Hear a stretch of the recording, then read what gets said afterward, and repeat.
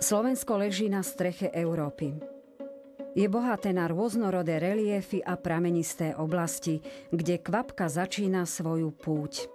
Celkom pomaly a nevinne.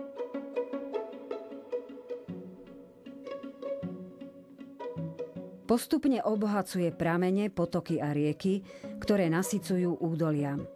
Je to väčšie bohatstvo ako kontá aj tých najúspešnejších bank.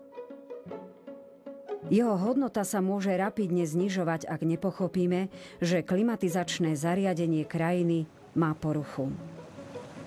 Čím neskôr budeme akceptovať tento fakt, tým viac a častejšie nás extrémne počasie zasiahne.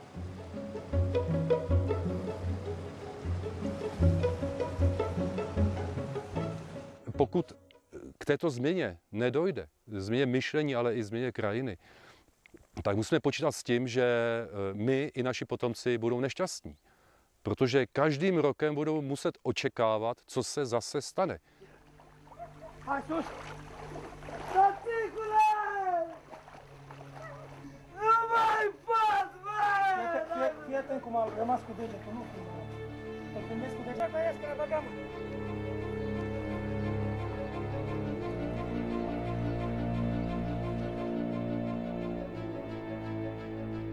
Povodne v roku 2005 v Rumunsku, v Bulharsku, vo Francúzsku, v Rakúsku a vo Švajčiarsku sú ďalším mementom aj pre strednú Európu.